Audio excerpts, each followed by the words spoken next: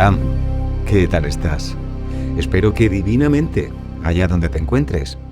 Bienvenido, bienvenida a un nuevo podcast de Un chamán en la oficina, el número 19, continuando con esta serie dedicada a la magia con mayúscula.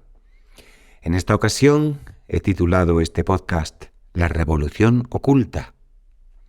Y es que hace muchos años ya me percaté asombrado de la existencia de un proceso histórico de crucial importancia que resolví llamar la Revolución Oculta, pues casi nadie parece tener constancia de ella, a pesar de ser de importancia capital en los tiempos que corren y en nuestras vidas cotidianas.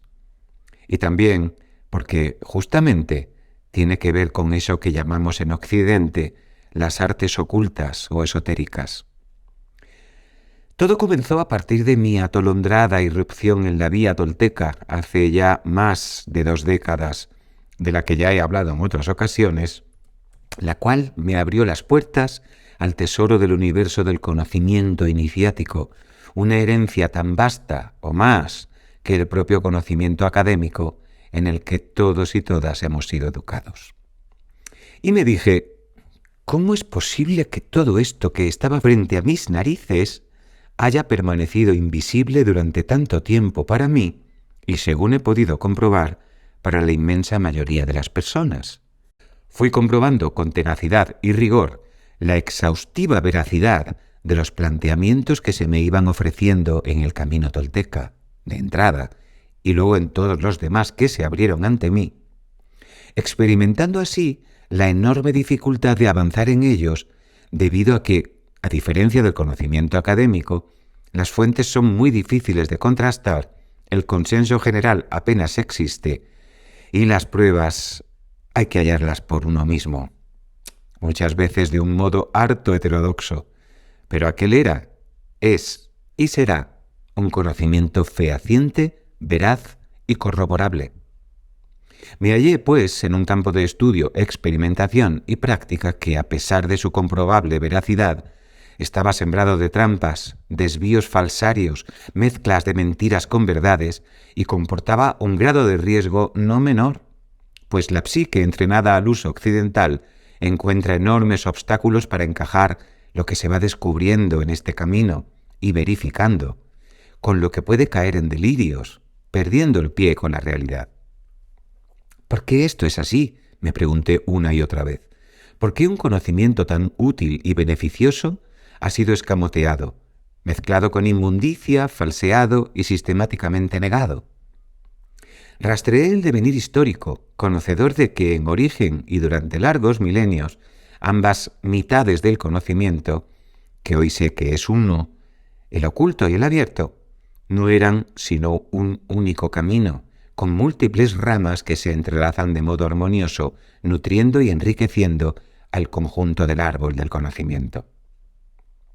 Aquellos quienes construyeron las pirámides y templos egipcios, mayas, chinos y en todo el planeta, los Nazca y Angkor Wat, las sublimes grandes catedrales góticas, los moais de Rapa Nui, etcétera, etcétera, etcétera, entendían el conocimiento como uno y así lo aplicaban en tantas proezas que aún hoy nos veríamos en serios problemas para replicar.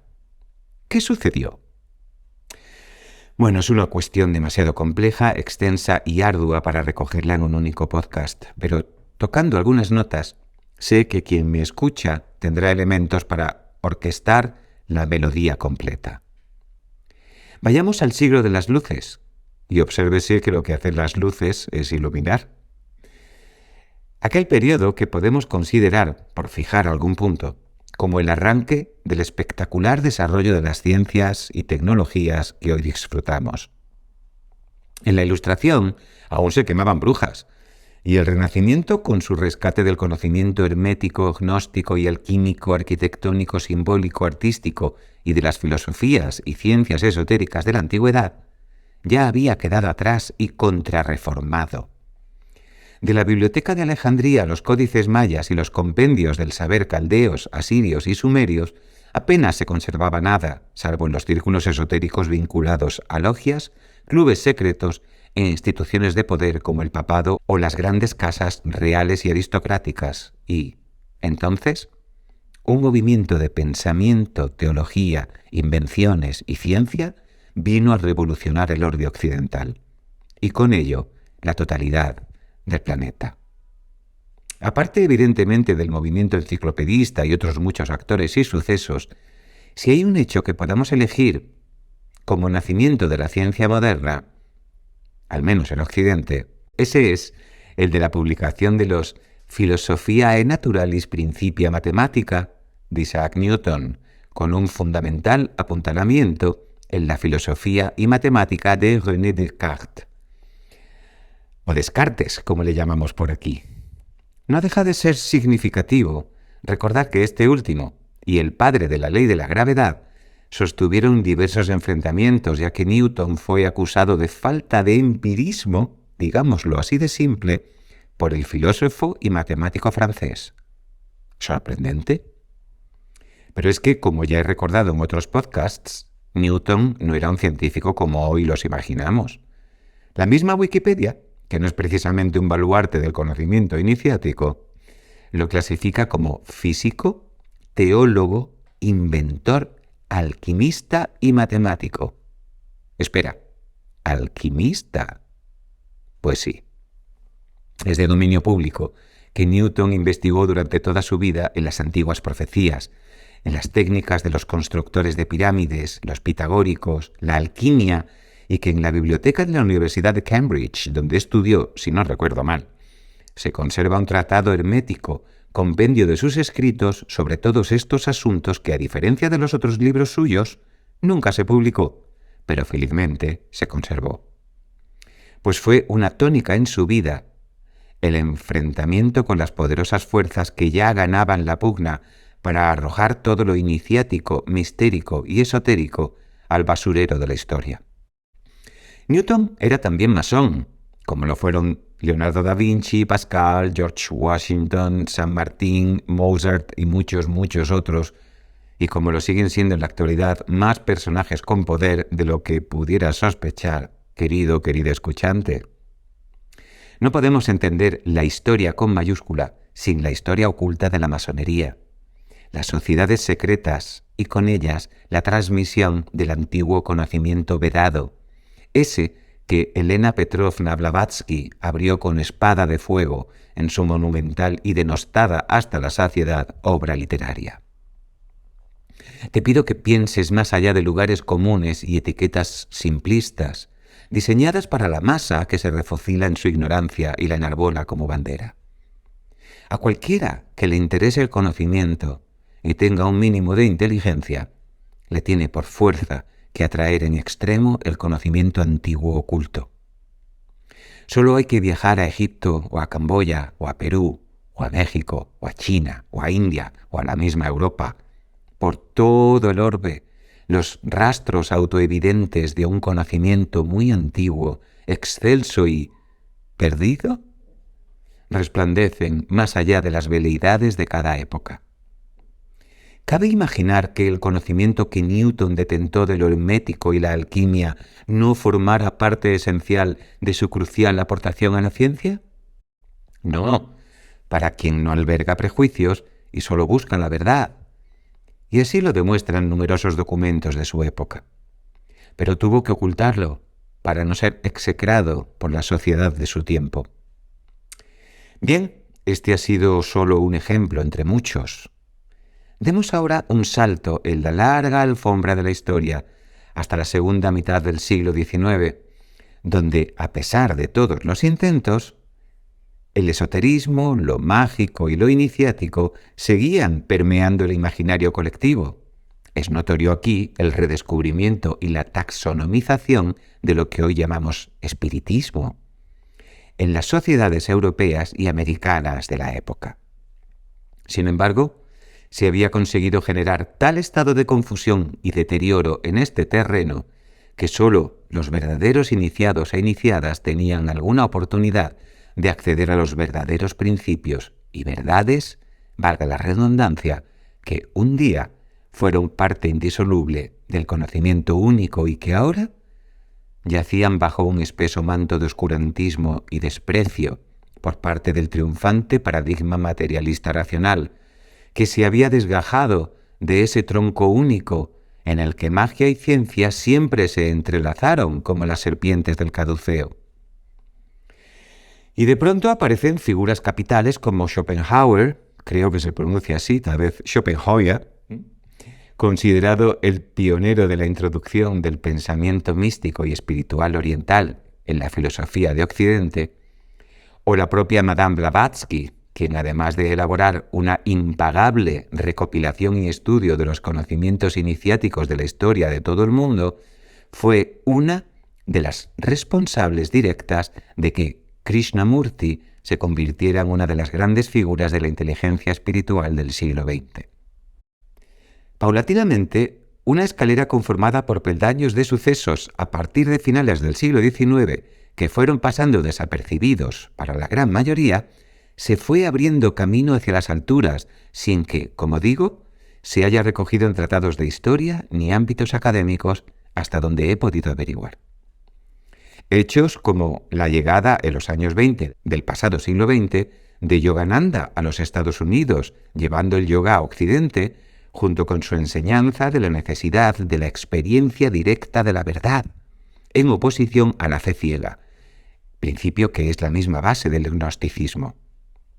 La invasión del Tíbet por parte de China, con la consiguiente expansión de su conocimiento por todo el planeta, el descubrimiento de los manuscritos del Mar Muerto, la disrupción introducida en el ámbito académico occidental por la obra de Castaneda y con ello la difusión del conocimiento chamánico, la expansión del Reiki desde su Japón originario, los movimientos hippie y New Age como reflejo masivo y no siempre acertado del nuevo modo de pensar espiritual, el LSD, la psicodelia y las nuevas sustancias que en origen abrieron nuevos campos para las técnicas de acrecentar la conciencia, el rescate para el gran público de los antiguos textos herméticos como el Kybalión y el Poimandres, los trabajos de Elizabeth Kubler-Ross en el ámbito de las experiencias cercanas a la muerte que traen nuevos modos de entender el tránsito último de la conciencia en este plano, el redescubrimiento de los pitagóricos,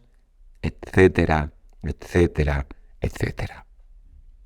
No da este podcast ni de lejos para detallar el retrato completo de estos hechos, aparentemente inconexos para el ojo inadvertido, que no obstante hilvanan un proceso coherente, sorprendente y de crucial importancia. Tengo el proyecto de escribir un libro sobre ello, a ver si me da la vida. Este proceso que es, ni más ni menos que la apertura universal de este conocimiento que siempre fue reservado a iniciados e iniciadas, apertura a la que he llamado la revolución oculta. Hablando de conocimiento iniciático, mágico, esotérico, espiritual, alquímico, astrológico, cabalístico, simbólico, hermético, tarotista, chamánico, yógico, pitagórico, masónico, etc., esto definitivamente no puede ser casual. Y no lo es. Hasta donde sé, y puedo revelar por este medio, se trata de un proceso pergeñado desde múltiples instancias, diseñado con mimo, aprovechado a favor cuando los hechos obligaban y sucedido debido a una fundamental y obvia razón. Porque es necesario. ¿Necesario para qué? Bueno, ¿dirías que vivimos tiempos de paz y prosperidad para todos, de armonía entre las gentes y naciones, de respeto y equilibrio con la naturaleza, de preponderancia de valores saludables y principios éticos, de prevalencia de la verdad y la bondad, de libertad y consciencia? ¿Dirías que nos encaminamos a una edad dorada en estos sentidos? He aquí una de las razones fundamentales de mi actividad como chamán en la oficina: contribuir a armonizar y reconciliar a los divorciados, el conocimiento académico y el iniciático. Los llamo así de modo genérico para entendernos, para que vuelvan a reunirse, complementarse y enriquecerse mutuamente para el bien de todos los seres que sienten y con ello contribuir a la materialización del paraíso en la tierra. Porque desde la antigüedad tenemos el conocimiento de cómo crear belleza, armonía, paz y abundancia para todos los seres que sienten y para esta tierra que nos sustenta. Y se me antoja de locos, de muy ignorantes o de muy malvados no trabajar en ello con todas nuestras fuerzas. No obstante, la realidad que vivimos es muy compleja y las fuerzas que actúan para darle forma al curso de los acontecimientos, muchas y muy dispares. Esto no es algo que se pueda simplificar ni convertir en soflamas de índole política o New Age de consumo barato.